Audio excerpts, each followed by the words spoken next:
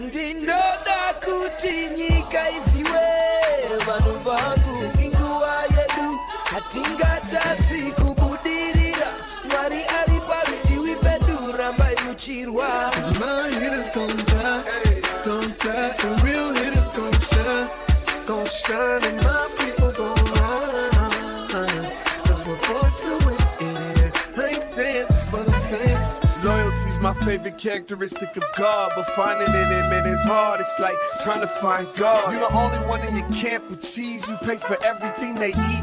Man, that insecurity is deep. Now I ain't said no names. These are just theories. If you hear me, baby, it's home. You must admit it's kinda eerie, baby. Like them chemtrails in the sky. Hate the selling the slaves, kinda like the combines. We say everything in moderation, but don't do it in moderation. The lies of a gluttonous generation. 10-year-old girl in.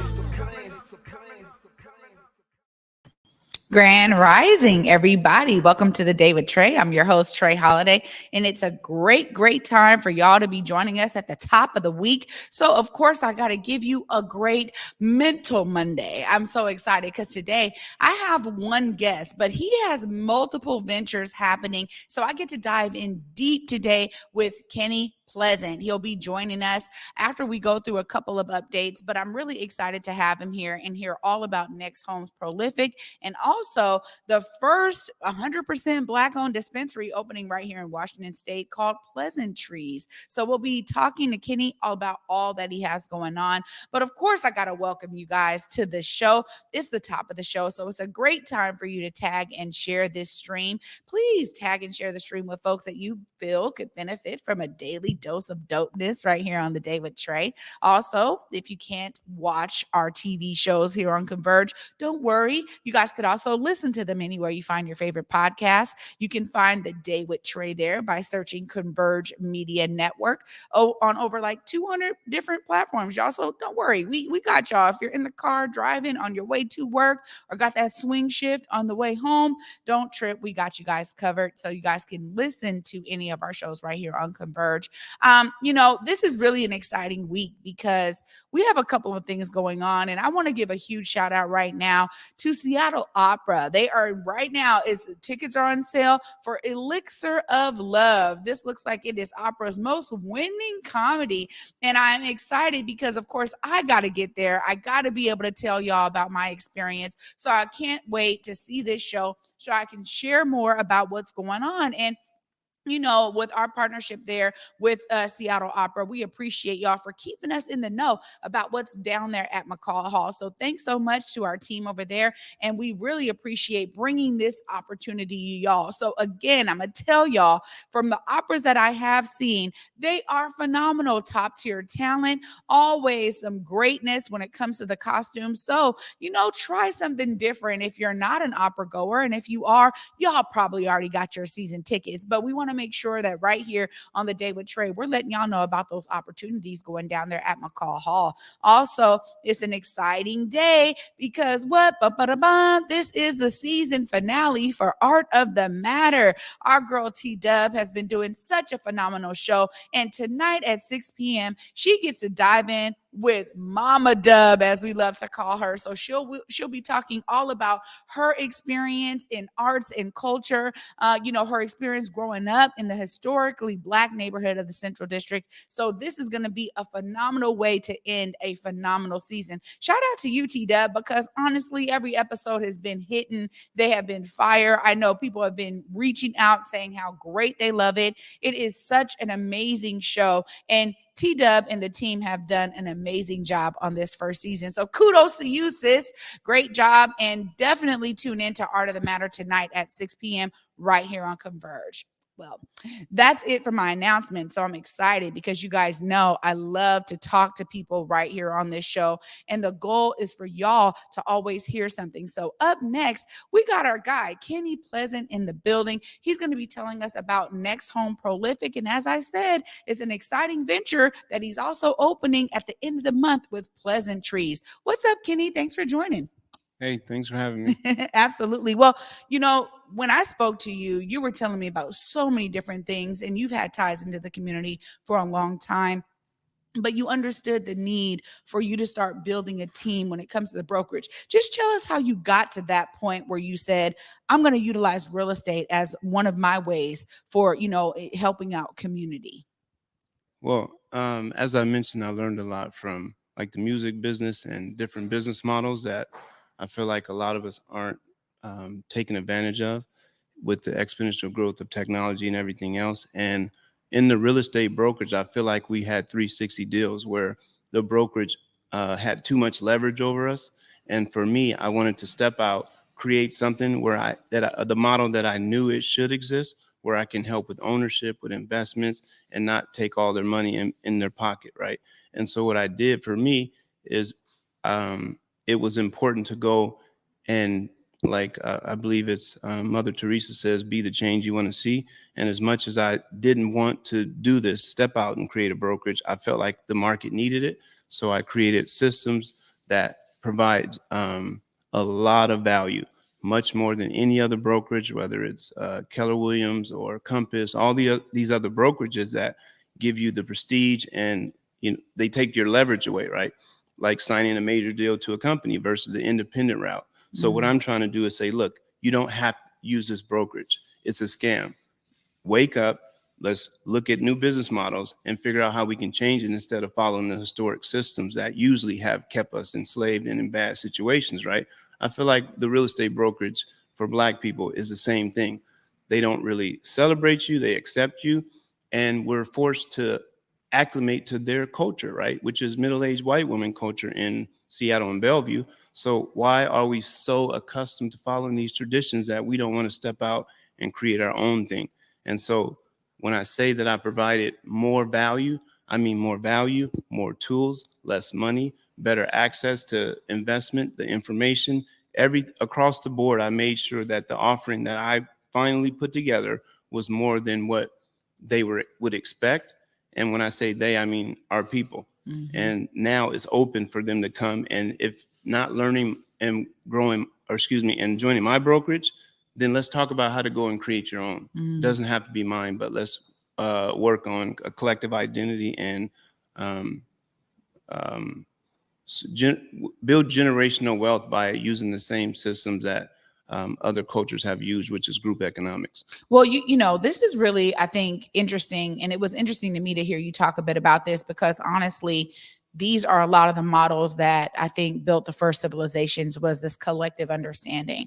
And so when you're talking about providing more value, you're really talking about what real estate professionals, because there's a lot of different, positions in the real estate game. So are you talking about, those who are out there, doing the listings? When you say they, who comes in to really benefit from this package that you've put together? Mostly real estate brokers, because what I wanted to do is, this came from my old brokerage where they had this cooler that was full of water bottles and it said for clients only. And it got to be this really petty thing where I would come in and say, I'm the client of this brokerage, right? I understood that. How did they not understand that? And all of a sudden they would, hey, you will be charged. They start changing the sign because I would take it off. It became really petty. And then all of a sudden, on my monthly bill, which included everything you could think of, from copies to the space that I occupied, and then they started to add the water charge to it, right?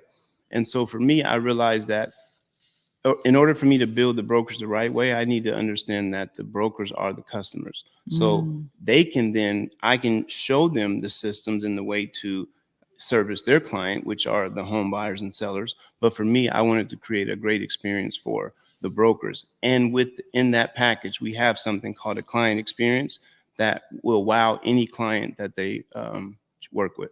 So this is my question, because I think for many of us, that are looking to buy a home, some that may be looking to sell in our communities, oftentimes we think of, okay, I have somebody who's showing me, listings. I have somebody who's taking me around. They're like my real estate professional. Tell us the difference between, the person that we may see in the out facing versus a broker. Cause I think the positions are different, right? Mm-hmm. Well, in Washington, just to be clear, we're all called brokers / agents. It's the same thing. Got it. I'm assuming you're talking about the managing broker. And the managing broker is just servicing people, babysitting, a lot of hand holding. It's not a glorious job. And that's why for me, it was kind of biting the bullet to say, okay, as much as I don't want to do this, I'm going to step out because I knew how much we needed it. Yeah. So your experience as a broker yourself really allowed you to understand the need for us to have a space, particularly because I mean, when I saw this, we could put this photo up here of NextHome Prolific is what you created with this brokerage firm. It's look at all these amazing folks here. I mean, you've got a solid team here, amazing people that are coming together, but there's something that is also comforting, I think, for any Black family in, this side of the state that's really looking to buy or sell their home. Oftentimes we really want to try to find ways to work with people that we either know or that we feel we could build that relationship with to really trust. How did you do that in your line of business as a broker yourself? And how do you utilize that experience to then help the brokers that are coming into your brokerage? So I really can't articulate how we've been so poisoned with these different mindsets and these principles that trap us, right? But historically, the trust goes to a person that is of another color, right? They represent trust. A person that looks like me and I come to an appointment, you say that this person's not trustworthy, right? Based on these historical sort of mindsets that we've just accustomed to. But what I wanted to do for the brokers is allow them to be themselves. They understand that everything that is taught within the major brokerages is based on a middle-aged white woman culture. Get out of that. Let me show you how to be yourself, knowledge of self, education, understanding excellence, a client experience, and then be yourself. It's much more freeing when all of a sudden you're able to compete in the top 10 in the state, but yet be yourself. And I want to show that. It's the reason why I don't wear a suit every day. And I don't, I remain myself because I saw how I did it, right? It was tragic. I felt like they abused me in any way they could because they knew I was alone on the east side, right? And so for me, I wanted to go back and say, let's create this, always rooted in integrity, excellence, and making sure that we're consistent. We have follow-up, but let's show everyone that we can be ourselves and still represent excellence. Black people, it is possible. I can look like this and still provide middle-aged white man excellence in service. Yeah. Try it. Yeah. See, this is right here where we're talking about creating new models. It's something that I really gravitate to because I think you're absolutely right when you talk about us breaking down the monotony of thought that we've adopted, we've accepted as norms, right? And to be able to see something different in actual action and seeing it in practice, that right there, I think is what a lot of people need to understand to break that monotony of thought that they may have. Sometimes we have to really look into ourselves and think about what it is that we are standing on, what type of things that we value. And you're right about that. Just like the way that it's been pummeled into us, there's something about a white woman in a suit, a white man in a suit when it comes to these things where we're like, okay, you must be very knowledgeable, right? You must be an expert in this. You must know what you're talking about. And it's something different if you show up like you're dressed today and somebody goes, well, are you sure you know what you're doing? Like, how long have you done this? Wait a minute, what kind of connects do you have? Because I think a lot of times we really associate this outward appearance with what we think is actually on the inside. And oftentimes that's not the case. So your space is for real estate agents who you're saying are also brokers to come in and actually be themselves. And you have an actual space, right, where people can work out of. Tell us more about that model there and how maybe some people out there are looking for exactly what your brokerage offers. So again, I really have been trying to foster a collective identity because I spend countless hours studying and learning, right? That's my education. I read 3 or 4 books a month. I consume anything that will help me develop myself personally, financially, or my business. So one thing that I have come to realize is that everyone does it.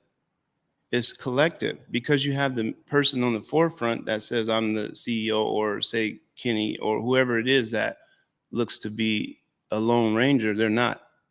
They're going to their friends, their family, they're building this pool of money, and they get behind someone that has a good idea, and then they champion that person, and everyone wins, right? But somehow, if we do not learn to pull our resources together, develop a collective identity, group economics, we're going to continue to perpetuate the same thing over and over, because we cannot compete one person versus a company of 30 people, right? Where it looks like they've done it alone. They haven't. This is the way, like you said, since the beginning of times. We've had to do this collectively. And a lot of people talk about it, but then when it comes down to, say, put your money up, and what I mean, most people don't understand this. I don't mean call me and say I'm with it. I mean, let's open a trust account today, 10 people, we put our money in there. We trust that when the opportunity presents itself, that we will now have this money, right? But who can you imagine that? Meeting 10 people right now and saying, everybody, let's open a trust account tomorrow, put our money in there, and then when the opportunity presents itself, we'll be ready to purchase it, right? What typically happens is everybody says yes. I go out, I scramble, I create the perfect opportunity, package it up nice, and send it out, and nothing. That actually happened to me on this real estate brokerage. I wouldn't have done it if I didn't have 6 partners. None of them came through. It literally was a group chat with a lot of talk and chatter. It sounded good. And then when I said, all right, you guys, this is how much money we need, I have the screenshot to prove it. Nothing. They ghosted me. Wow. So what I'm saying is that collective identity is what we need to do. Group economics. The reason why I keep repeating it, because I want that to really materialize with people and say, hey, we have acted as lone rangers, and it's hard. I'm been through it, right? Every time I needed to pull together some money, I would have all these people that said they were with it, and then it would make me look like an idiot. And because I go to them confidently, I got it. I believe them. You know what I'm saying? We're so good, so charismatic of presenting the story of, yeah, I'm with it. But then when it's time to put up the money, there's nothing. So if it's not me, maybe I'm the common denominator, but go build it with someone else. Yeah. Like, go create the model and show that it can be done. Yeah, this right here is where I think, sometimes they say, oh, you don't want to mix family and business. But no, if you got the right mindset, you can do it. I think you're absolutely right. And it doesn't have to be blood relatives. We're talking about people you grew up with that you really trust, at the end of the day, when we have that idea that, okay, look, I'm going to invest $2,500. You're going to invest, we're going to do something with this money. We're going to keep on investing in this collective pool of money. I love this idea, but it's also because I really understand that foundation of the first civilizations, which is always, for me, so inspiring. Mm-hmm. So you got more inspiration to share. We're going to get into all things Pleasanttrees, because now you've utilized this kind of collective model and you're doing something major right here for Washington State. You guys stay tuned. We're going to be diving in with Kenny after this short break and learn all about this other business venture he has going on, Pleasanttrees. You're watching The Day with Trae.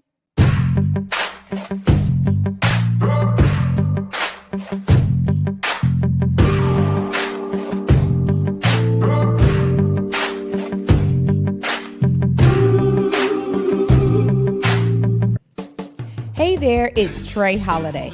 And of course, Besa and I had to take a trip back to Market Street Shoes to grab some items. They always know what to show us. And let me tell you, we both spent quality time to be sure we collected some amazing additions to our wardrobes. They have some of the most unique bags, shoes, and accessories. I mean, the whole shebang. It's always a good time when I get to shop with my girl, Besa. Make sure you go check out Market Street Shoes, y'all, and you too can walk out with some dope gear.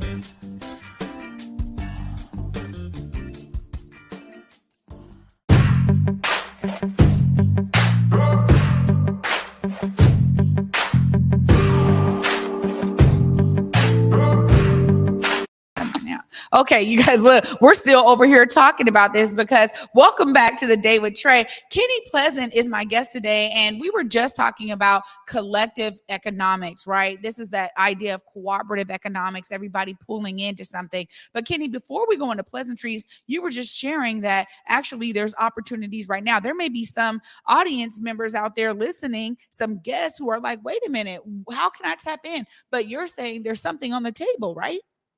Yeah, I won't go into it. If someone is interested, they'll definitely contact me. But we Yeah. have a opportunity out of state in a major market, one of the best markets in the country, and we're looking for a couple people to pull together some money and help participate in it.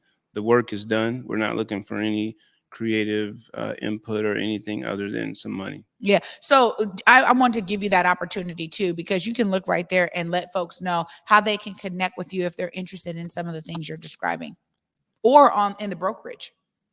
Okay, yeah, you can email me at kennypleasant@gmail.com or contact my assistant Bria, admin@nexthomeprolific.com. Thank you so much for that. Now, uh, these opportunities keep rolling, man. And I actually met you with Pleasanttrees, right? And I was like, what? First 100% Black owned dispensary, because right here on Converge, when we heard that, the story broke, Sean Kemp, Black owned dispensary, we were the first ones to be like, wait a minute, how much percentage does he really own? And it showed up that people had to kind of retract their stories because everybody was celebrating as if he owned it 100%, but we realized it was only like 5%. So tell us about this venture with Pleasantrees, and you've got a grand opening that's happening soon. First, I want to say I have my mentor and kind of person that basically my business partner, Michael Baraki. He's a Retrian. They have Kush 21, and he is actually the first Black owned. I pretty much studied under him for the last couple of years, figured out, a way into the business, and we've worked together on some things. So I got to give him credit for being the first Black. Wow, amazing. Kush 21. And this is up in Everett, right?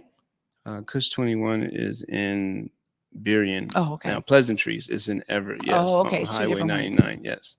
Got it.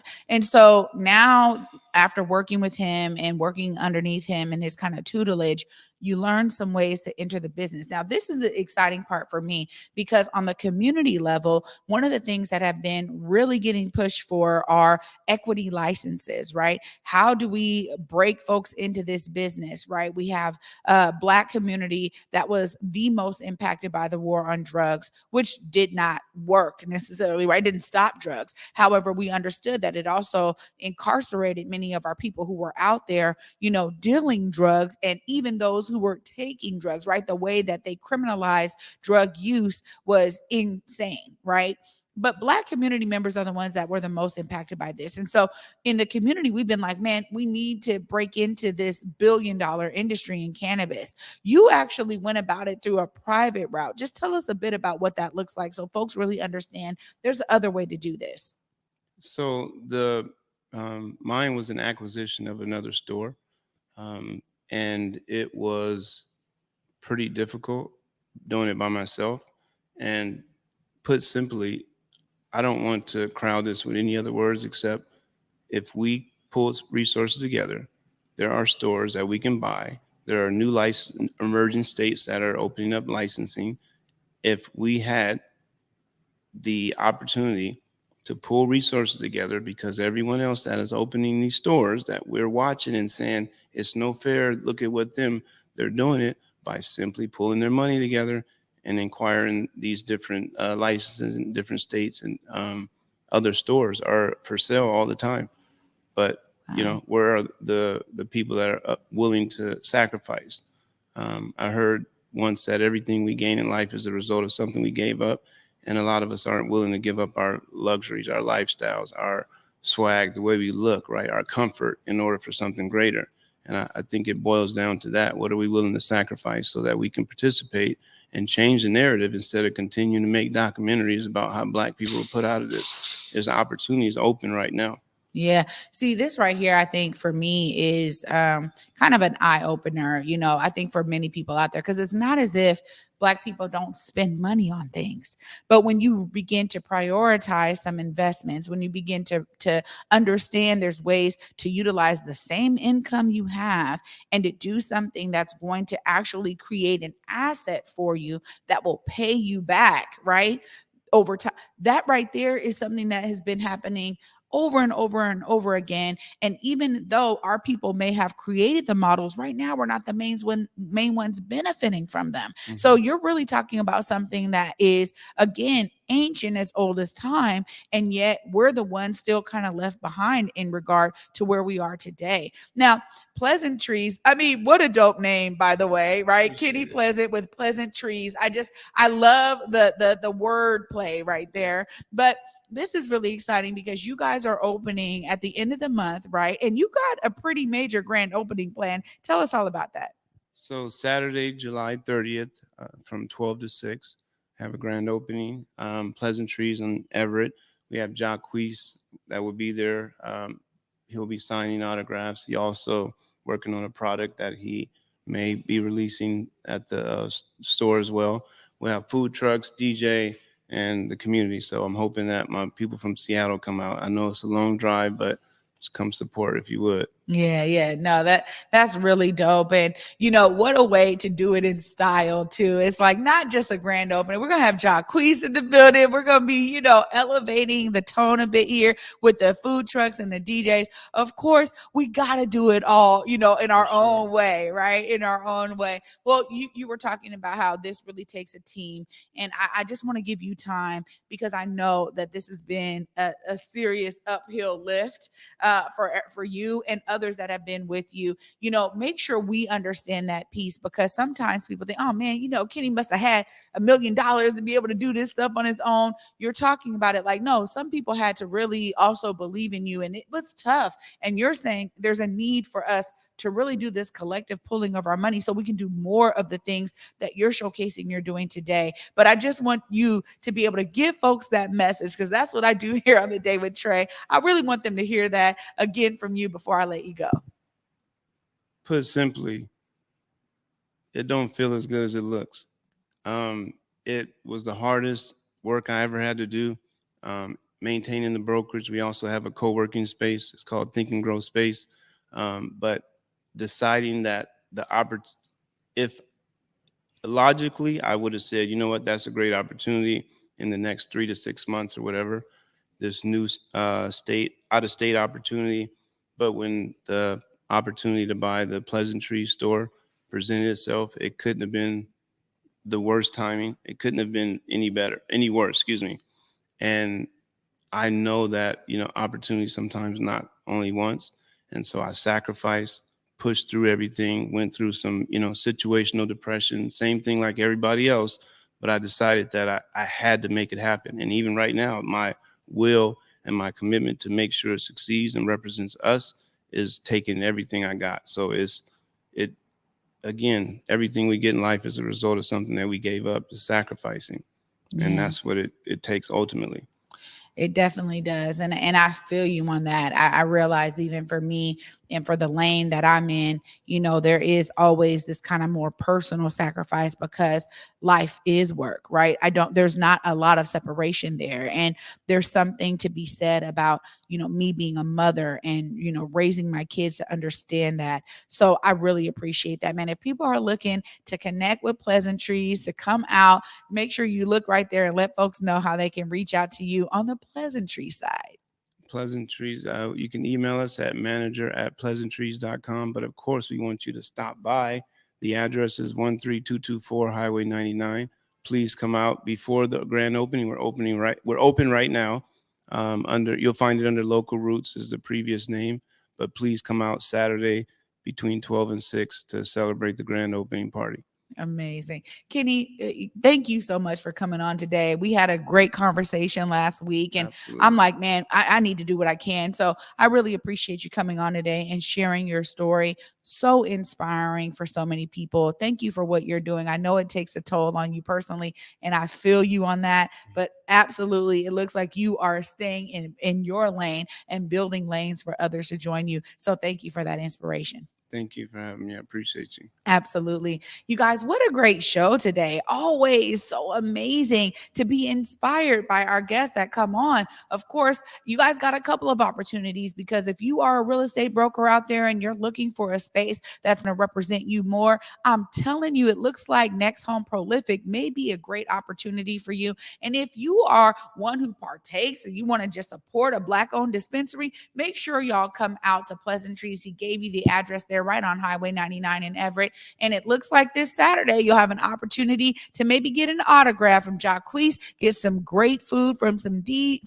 food trucks, and then hear some great music from some DJ. Y'all, I'm telling you, he done turned it up a notch when it comes to opening. And I want y'all to get out there and have fun. But of course, for me, I want y'all to be inspired. You know, always find a way to listen to the stories that are shared here on The Day with Trae to see yourself as a part of the solution. Clearly, Kenny has. He told you about the sacrifice that you need to do sometimes in order to be a part of that solution. Yet, honestly, what you gain in terms of the benefit is so much greater. And for many of us right now, we're paving the way for the next generations to benefit from all of our sacrifices. So please be inspired and see yourself as a part of the solution. A couple more announcements here, because I got to make sure y'all know. Check out Art of the Matter tonight, 6 p.m. My girl T-Dub is doing her season finale episode with Mama Dub. So excited that this is happening. And honestly, what a phenomenal first season it's been. Shout out again to you, T-Dub. We love you so much. And thank you for all your hard work on this season.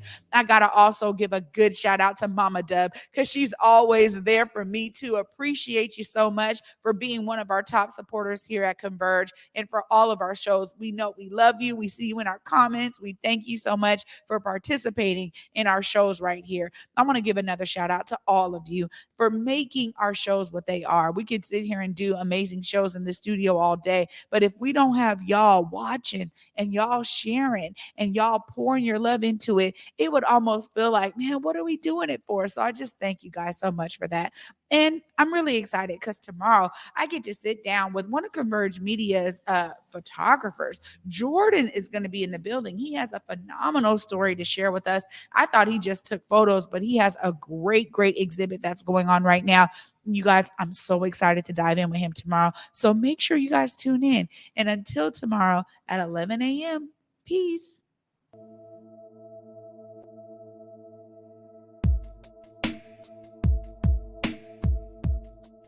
Converge Media produces culturally relevant content for Black and urban audiences. Our coverage is raw, transparent, and objective, praised by community leaders, government officials, and residents. Support Converge Media today via Venmo, Cash App, or PayPal at Converge Media.